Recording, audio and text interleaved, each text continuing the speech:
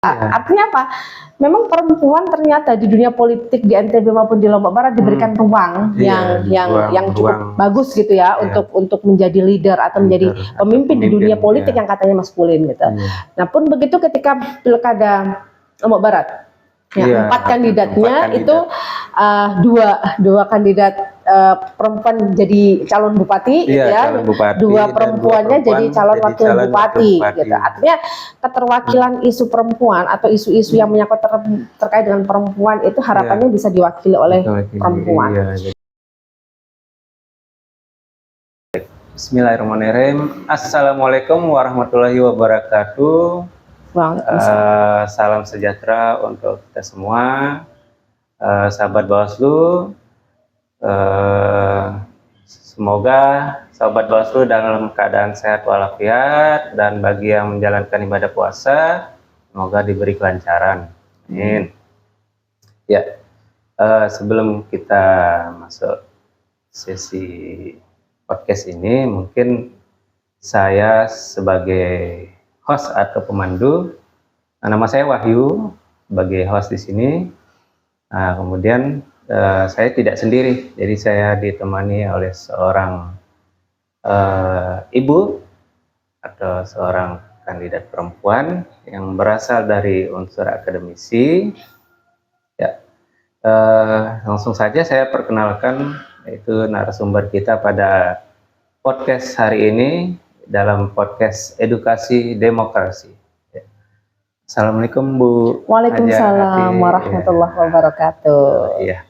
Baik, sahabat Bawaslu, saya perkenalkan narasumber hari ini, yaitu Hajah Atik Hidayatul Ummah MPD MSI. Iya. Bu, ya. Benar Mas Wahyu. Ya, Ibu Hajah Atik ini dari unsur akademisi, yaitu dosen di salah satu universitas di Mataram, yaitu UIN Mataram. Benar ya? Benar. Mungkin saya bisa menjelaskan untuk keseharian Ibu Atik, mungkin bisa disampaikan, Bu. Oke, assalamualaikum sahabat Bawaslu dan juga Mas Wahyu yang menemani saya hari ini. Saya Atik Hidayatul Ummah, jadi saya sehari-hari bertugas di Fakultas Dakwah dan Ilmu Komunikasi UIN Mataram, ya, Universitas Islam Negeri Mataram, ya, Fakultas Dakwah dan Ilmu Komunikasi, khususnya di program studi komunikasi dan penyiaran Islam. Oh, siap. Ya sehari-hari mengajar, gitu ya, juga beberapa peneliti ya. Isu yang sedang saya kerjakan, saya konsentrasinya di kajian komunikasi dan media, ya, khususnya komunikasi politik, karena memang saya alumni Universitas Indonesia, komunikasi politik, ya benar. Dan juga kajian saya juga soal perempuan dan gender, gitu. Jadi ya, memang kajian saya itu, gitu. Iya. Berarti sudah berapa lama Bu mengajar ini di UIN ya? Kalau di UIN Mataram sejak tahun 2019.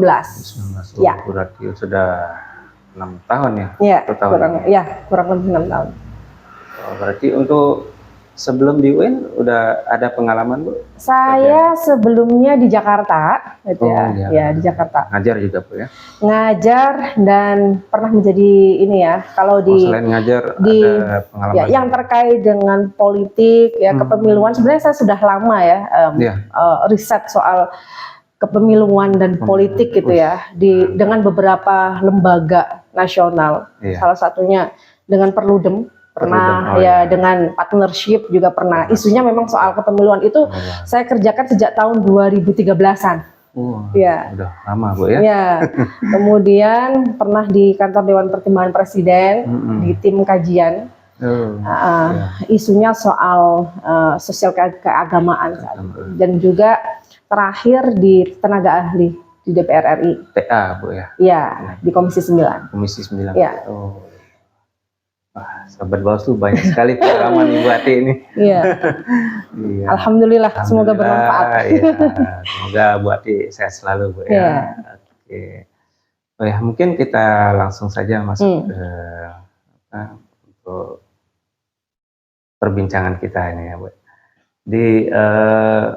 Ini kan kita sudah menjalankan pilkada serentak tahun 2024 kemarin.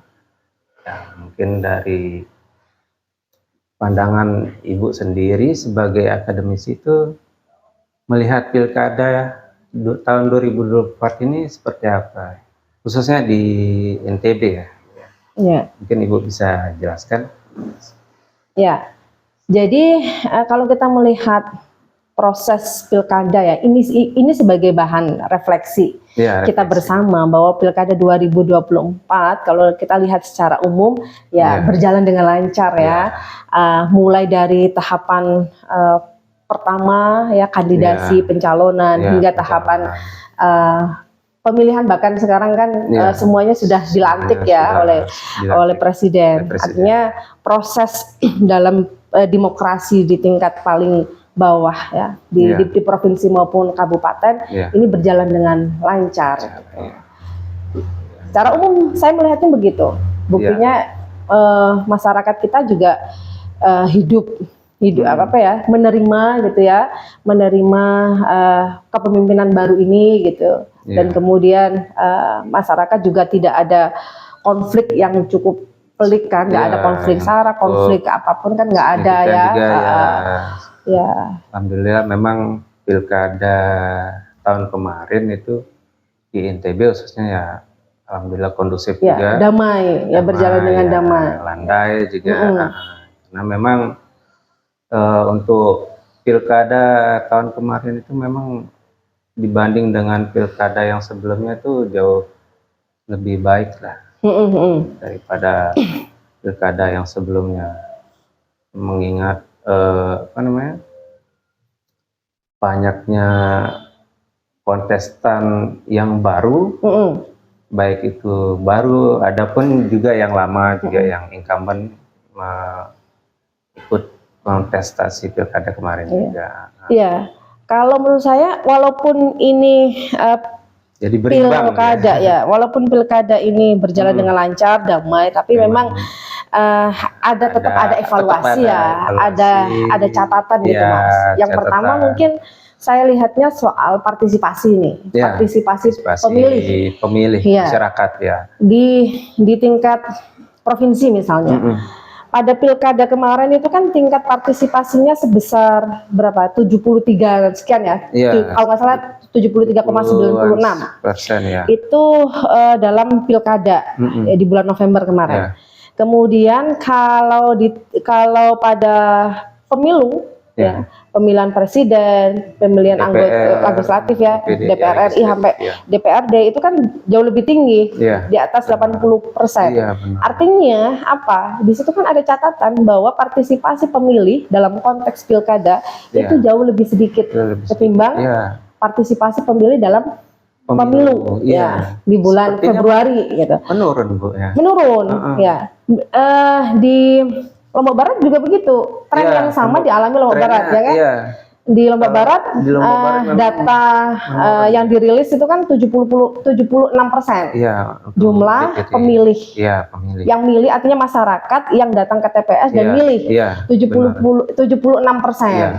Itu ketika pilkada. Sementara ketika pemilu di bulan Februari itu kan lebih tinggi angkanya di atas 80%. Di atas 80%. Kalau saya melihat, kenapa kemudian angka partisipasi pemilih di pilkada itu menurun, gitu ya, dibandingkan dengan pemilu, itu memang tidak ada faktor tunggal, ada beragam faktor, gitu. Ya salah satunya soal ini ya, jumlah TPS. Jumlah TPS. Kita bisa cek jumlah TPS ketika pemilu jauh lebih banyak ketimbang pilkada. Jumlah TPS pada saat pemilu hampir 22 ribuan lebih. Pun di dalam satu desa itu bandingkan dengan pilkada itu kan lebih, kalau pilkada pemilu lebih banyak. 991 di Lombok Barat. Artinya apa?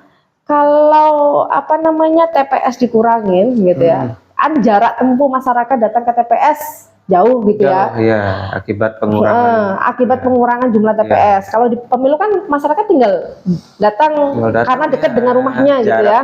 Jaraknya dekat sehingga untuk melangkah ke sana mudah. Iya. Nah, kalau udah jaraknya jauh gitu ya, kemungkinan masyarakat untuk datang itu enggan walaupun sudah di apa namanya diumumkan gitu ya. Hari itu adalah hari itu adalah hari libur nasional, jadi orang tidak bekerja, orang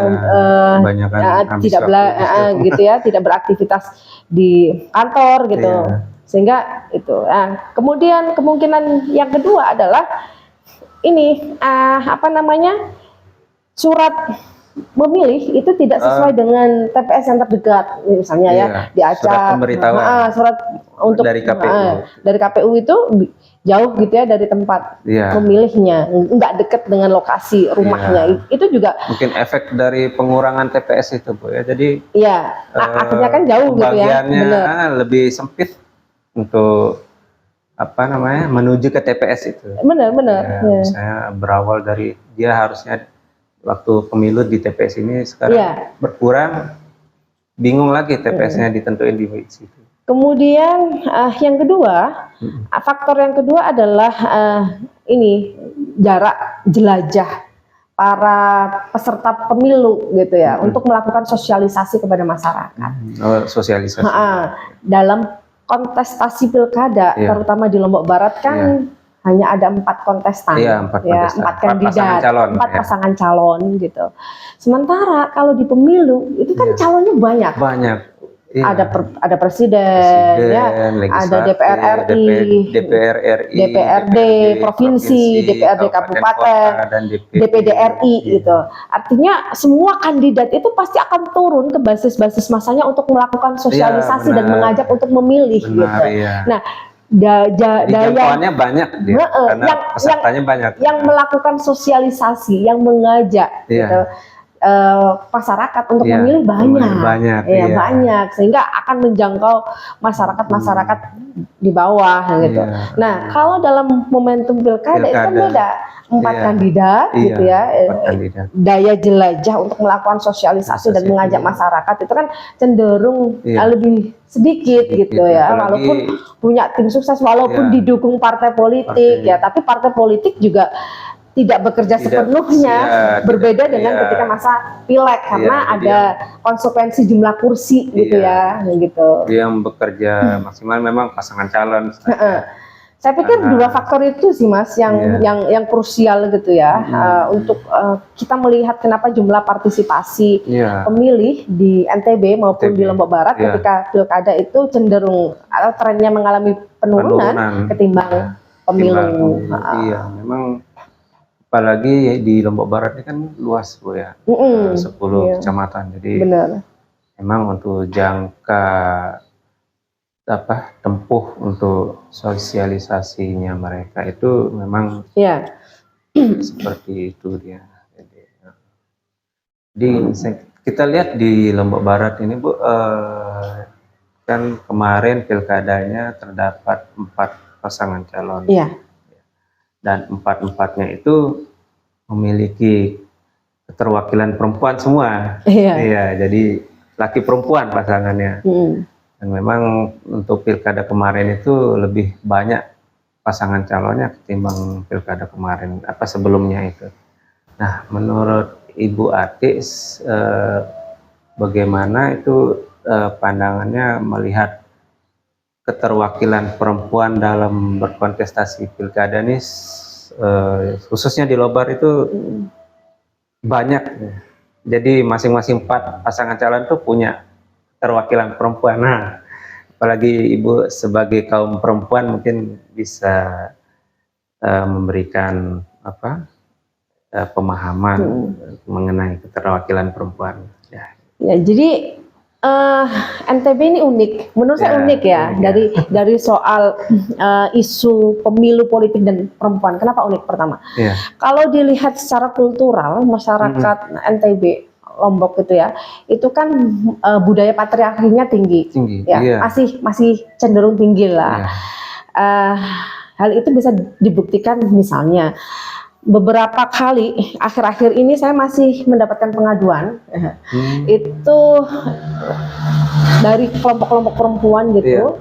Di beberapa daerah itu masih mengalami diskriminasi, misalnya perempuan, anak-anak perempuan masih dilarang untuk mendapatkan akses pendidikan yang lebih tinggi. Nggak usah anak perempuan tinggi-tinggi sekolahnya, gitu misalnya. Udahlah setelah ini nikah. Perkawinan anak cenderung juga. Ke situ, Bu, ya. Iya, maksudnya budaya patriarkinya masih ada gitu ya di masyarakat kita. Gitu. Kemudian yang kedua misalnya jumlah kasus-kasus kekerasan, diskriminasi maupun pelecehan seksual gitu ya, itu kan cenderung mayoritas dialami perempuan gitu. Yaitu salah satu faktornya memang karena ada budaya patriarki. Nah, uniknya di NTB ini persoalan politik yang dunia politik itu katanya cenderung maskulin, cenderung didominasi oleh laki-laki. Ternyata perempuan di NTB mampu menempatkan posisi-posisinya di tempat-tempat yang strategis. Di level terlebih lagi kepala daerah atau wakil kepala daerah. Di level provinsi aja gitu kan. Ada dua. Yang terpilih kemarin kandidatnya ada dua ya, kandidat gubernur dan kandidat wakil gubernur. Yang terpilih ini wakil gubernurnya perempuan. Di tingkat legislatif juga gitu. Kita punya di provinsi kita punya ketua DPRD-nya perempuan gitu ya. Kemudian jumlah anggota DPRD perempuan meningkat. Di Lombok Barat juga gitu ya. Di kursi legislatif beberapa tahun lalu kan juga gitu ya. Ketua DPRD-nya kan perempuan gitu. Tapi di sisi lain gitu ya. Artinya apa? Partai politik yang cenderung dikuasai oleh laki-laki. Kita lihat ketua-ketua partai politik ini kan mayoritas laki-laki mayoritas laki-laki, tapi mau merekomendasi gitu ya, memberikan rekomendasi terhadap para perempuan untuk menjadi pemimpin di daerahnya masing-masing. Itu menurut saya ini sebuah kemajuan yang luar biasa gitu ya bagi dunia perpolitikan Indonesia gitu. Itu peningkatan lah. Artinya partai politik gitu ya membuka ruang, memberikan kesempatan gitu kaum perempuan untuk menduduki kepemimpinan lokal, kepemimpinan daerah gitu. Karena apa? Tahap yang termasuk paling krusial di dalam proses pilkada itu adalah kandidasi perebutan tiket di partai politik itu ya, di partai politik untuk meyakinkan bagaimana partai politik bisa merekomendasi. Itu kan tidak hanya sekedar saya perempuan, saya laki-laki ya, tapi kemudian dia punya peluang apakah dia kemudian populer nggak ya, dia punya basis massa nggak, dia punya keberterimaan nggak akseptabilitas ya termasuk dia populer nggak ya di masyarakat gitu. Kemudian elektabilitasnya dia bagaimana, kemungkinan keterpilihannya dia bagaimana. Selain itu dia juga harus punya modal apa, modal uang ya karena kita kalau melihat kampanye maupun pemilu ya, kos politiknya kan nggak murah gitu, karena ya butuh nanti alat peraga kampanye, butuh butuh biaya gitu. Jadi kos politik kita akui nggak murah jadi perempuan juga harus punya modal kapital selain basis massa pendukung gitu ya, tapi juga punya basis massa basis finansial yang kuat gitu. Memang finansial ini harus didukung. Karena kan misalnya kalau melaksanakan kampanye kan butuh finansial juga. Karena ada kan laporan dana kampanye kan yang memang harus dilaporkan gitu. Harus dilaporkan ke KPU. Jadi memang harus dilihat dari segi itu juga. Jadi tidak menutup kemungkinan keterwakilan perempuan ini disepelekan gitu ya. Memang harus ditingkatkan juga dan bila perlu ya banyak lagi ya untuk pasangan calon itu. Artinya begini, walaupun gitu ya, walaupun partai politik maupun masyarakat gitu ya, itu kan dengan terpilihnya perempuan menjadi apa namanya pemimpin kita maupun wakil gubernur gitu atau wakil bupati itu menunjukkan perempuan juga sudah melek gitu. Perempuan sudah tidak lagi membedakan laki-laki dan perempuan lagi dalam memilih, apalagi memperdebatkan apakah perempuan layak jadi pemimpin kita. Itu artinya masyarakat udah tuntas gitu. Tapi kita tidak menutup kemungkinan ya isu-isu soal ketidakbolehan perempuan mengakses hal-hal yang krusial, misalnya soal pendidikan dan lain sebagainya, itu kan masih terjadi di masyarakat kita gitu. Itu yang saya pikir perlu terus diedukasi, perlu terus disosialisasikan gitu ya, perlu terus diajak, terutama soal ini sih apa namanya pileg ya. Beberapa partai politik kan harus memiliki syarat memiliki calon kandidat perempuan minimal 30% untuk mengisi keterwakilan, mengisi apa namanya nama-nama perempuan di setiap dapil gitu ya. Nah, setiap dapil agar bisa lolos di dapil tersebut. Itu ternyata partai politik nggak mudah mencari perempuan-perempuan yang maju untuk yang punya di pileg ya. Gitu, benar. Ya, artinya apa? Gini loh, perempuan ketika dipileg gitu, tidak hanya asal sekedar ditaruh, dicantumkan untuk atau agar partai politik tersebut lolos di dapil tersebut, tapi kemudian partai politik juga harus melakukan proses yang panjang, misalnya soal rekrutmen para perempuan-perempuan yang memang punya kapabilitas gitu, yang memang punya kapasitas, kemudian melakukan proses kaderisasi politik, kaderisasi politik yang panjang gitu terhadap agar para anggota legislatif maupun para pemimpin kita di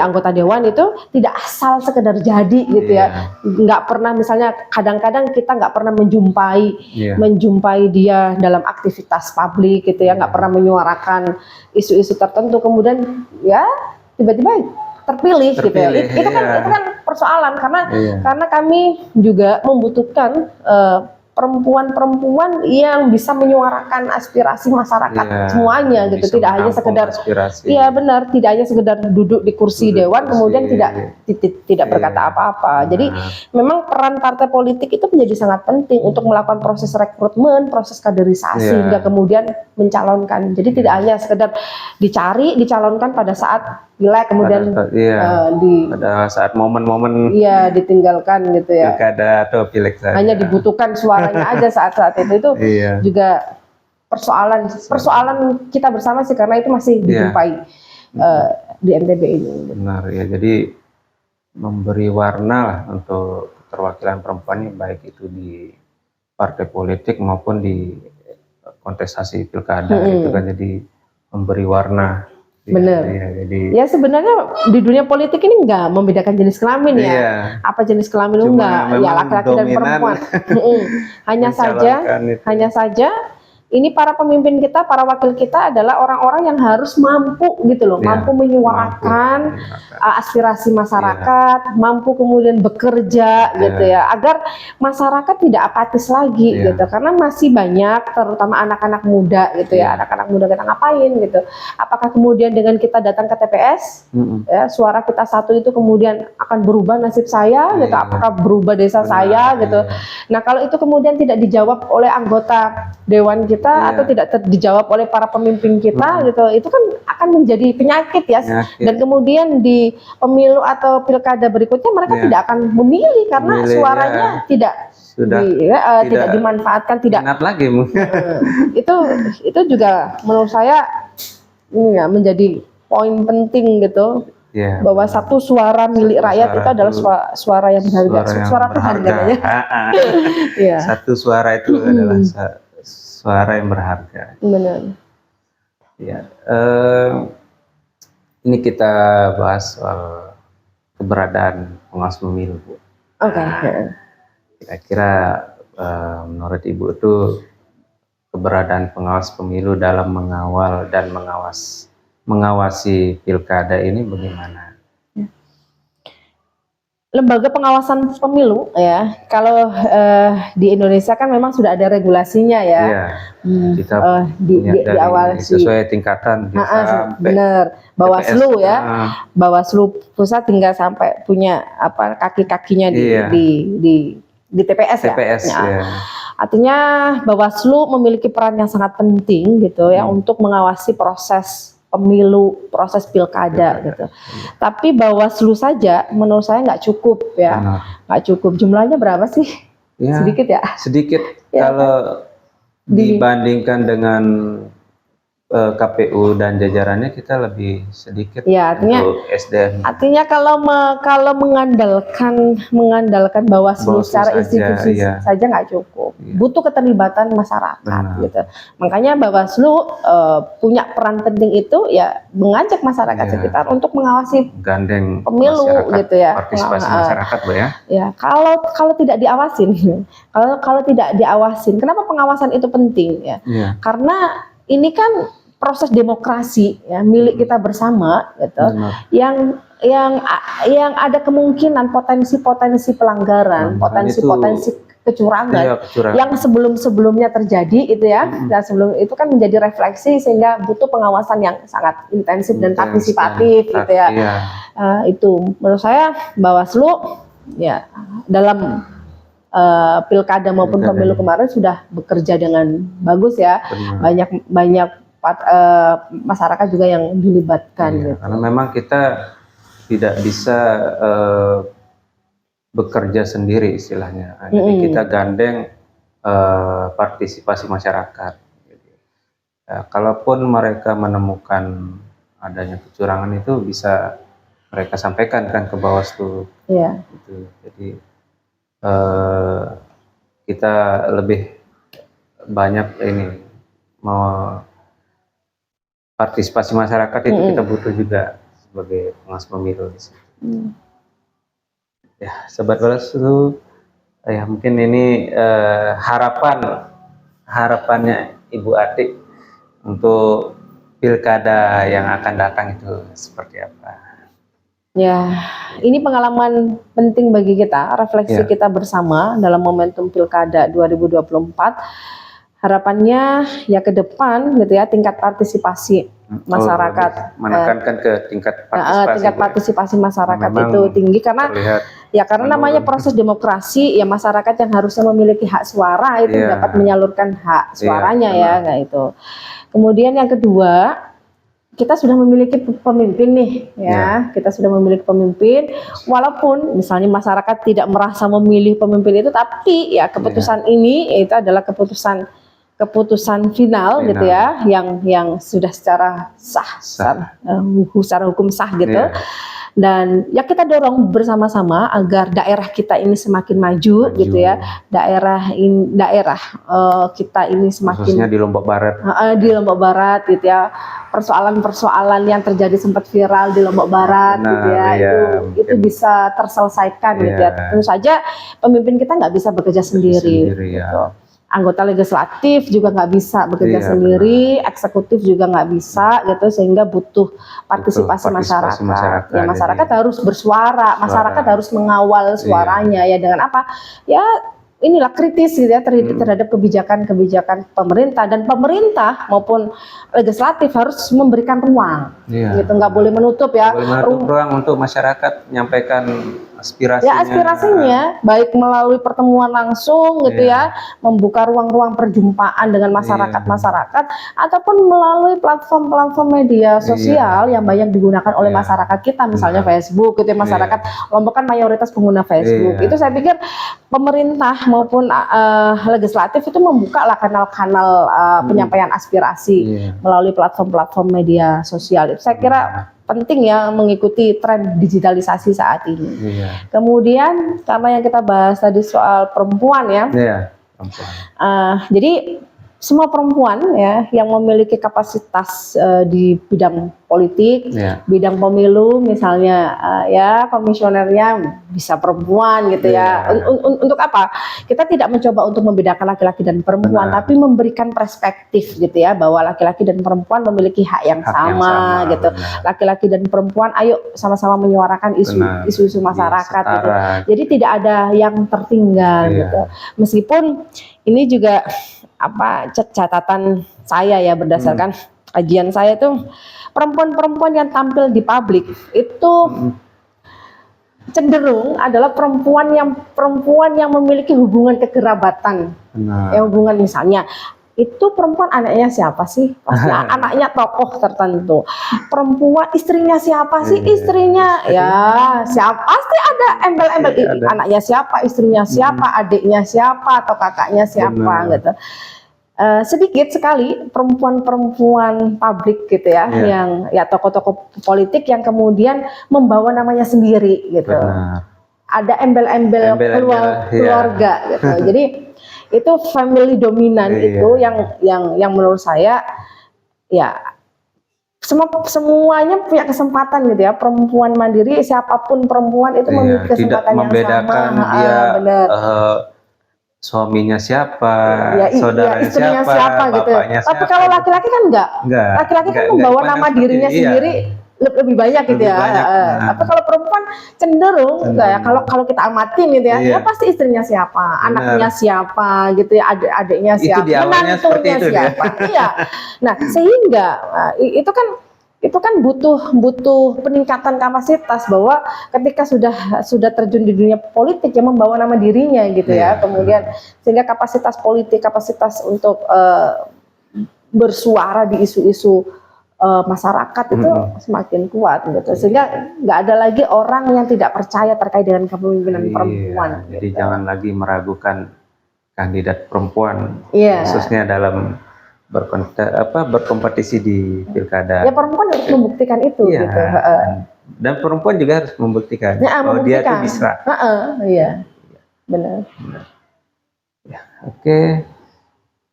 Mungkin podcast kali ini kita akhiri ya dengan mengucap hamdalah alhamdulillahirabbil alamin. Wassalamualaikum warahmatullahi wabarakatuh. Terima kasih Bu Ati atas kesempatannya. Terima kasih Mas Wahyu.